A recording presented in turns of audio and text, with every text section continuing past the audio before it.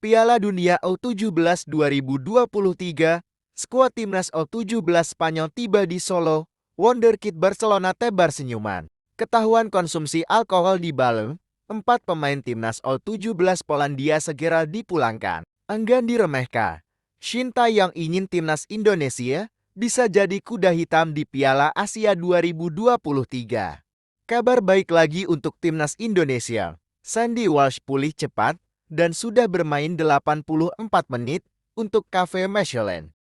Piala Dunia U17 2023, skuad timnas U17 Spanyol tiba di Solo, wonderkid Barcelona tebar senyuman.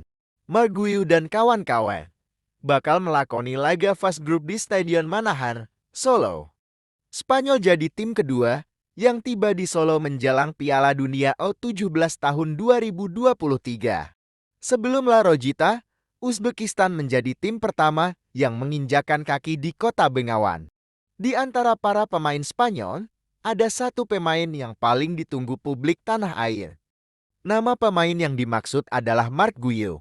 Ketika disapa oleh awak media saat hendak naik bus, bintang muda Barcelona itu melambaikan tangan sambil menebar senyuman.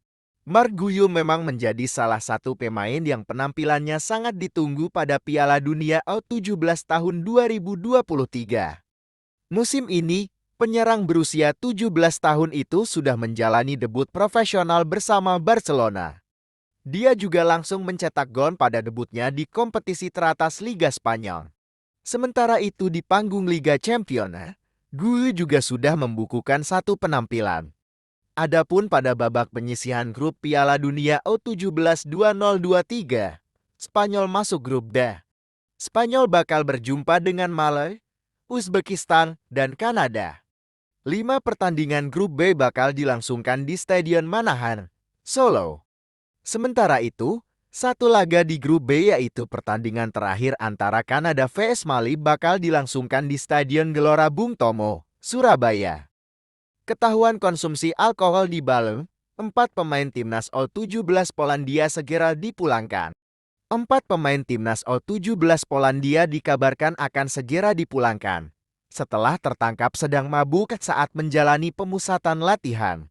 Timnas U17 Polandia memang saat ini berada di Bale untuk menjalani persiapan jelang Piala Dunia U17 2023. Mereka juga sempat menggelar laga uji coba melawan Amerika Serikat pada hari Minggu lalu. Media asal Polandia, Medziki, mengabarkan bahwa ada 4 pemain timnas U17 Polandia yang akan dipulangkan ke tanah air. Mereka akan kembali ke Polandia karena masalah alkohol saat berada di Indonesia. Sebuah masalah di tim nasional muda Polandia. Tim nasional U17 yang dianggap sebagai salah satu yang paling berbakat dalam beberapa tahun terakhir, sedang mempersiapkan diri untuk Piala Dunia di Indonesia. Sayangnya, beberapa di antaranya tidak dengan cara yang benar.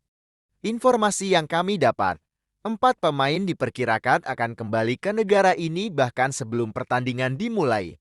Alasannya, alkohol, tulis laporan Medziki. Masih dalam sumber yang sama, 4 pemain tersebut adalah Oscar Tomche, Filip Wolski, Jan Labedzki, dan Filip Rozier. Parahnya, 4 pemain ini tertangkap sedang berada dalam pengaruh alkohol.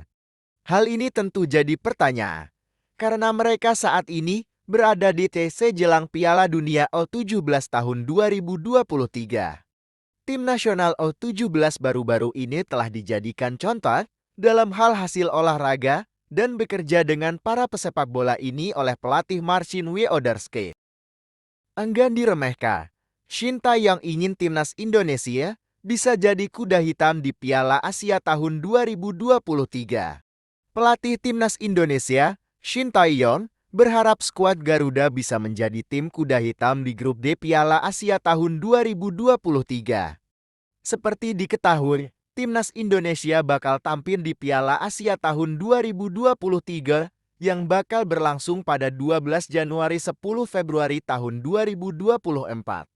Dalam ajang ini, tim asuhan Shin Tae-yong bergabung dalam grup D bersama Jepang, Irak, dan Vietnam. Melihat lawan-lawan yang bakal dihadapi, Turnamen ini tentu saja tak akan menjadi perjalanan yang mudah untuk tim merah putih. Jepang, Irak, dan Vietnam bukan lawan yang mudah bagi tim merah putih. Dengan bergabungnya Asnawi Mangkualam dan kawan-kawan dalam kelompok ini, mereka bahkan bisa disebut masuk ke dalam grup neraka. Bagaimana tidak? Jepang merupakan salah satu tim terkuat di Asia. Bahkan mereka tampil menakutkan di Piala Dunia tahun 2022. Untuk menghadapi Piala Asia tahun 2023, tim asal negeri Sakura itu memiliki catatan bagus karena pernah menjadi juara Piala Asia sebanyak 4 kali, yakni pada tahun 1992, tahun 2000, tahun 2004, dan tahun 2011. Jepang bahkan menjadi tim tersukses karena telah meraih gelar juara 4 kali. Setelah itu disusul Arab Saudi dan Iran yang menjadi kampion 3 kali. Kemudian ada Irak yang tak bisa dianggap remeh. Dan dipastikan mereka juga salah satu tim kuat di Asia. Irak mencatatkan diri pernah meraih gelar juara Piala Asia pada tahun 2007. Setelah itu, ada musuh bebuyutan timnas Indonesia, yakni Vietnam, yang tentu saja tak bisa dianggap remeh. Vietnam belakangan ini juga menjadi salah satu negara dari Asia Tenggara yang sangat menonjol. Mereka sudah tampil sebanyak 5 kali dalam Piala Asia dengan catatan terbaik masuk 4 besar pada tahun 1956 dan tahun 1960.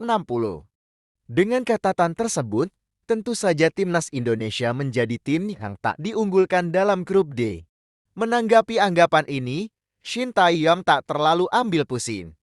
Menurut mantan pelatih timnas Korea Selatan di Piala Dunia tahun 2018 tersebut, skuad Garuda saat ini berbeda dibandingkan beberapa tahun lalu.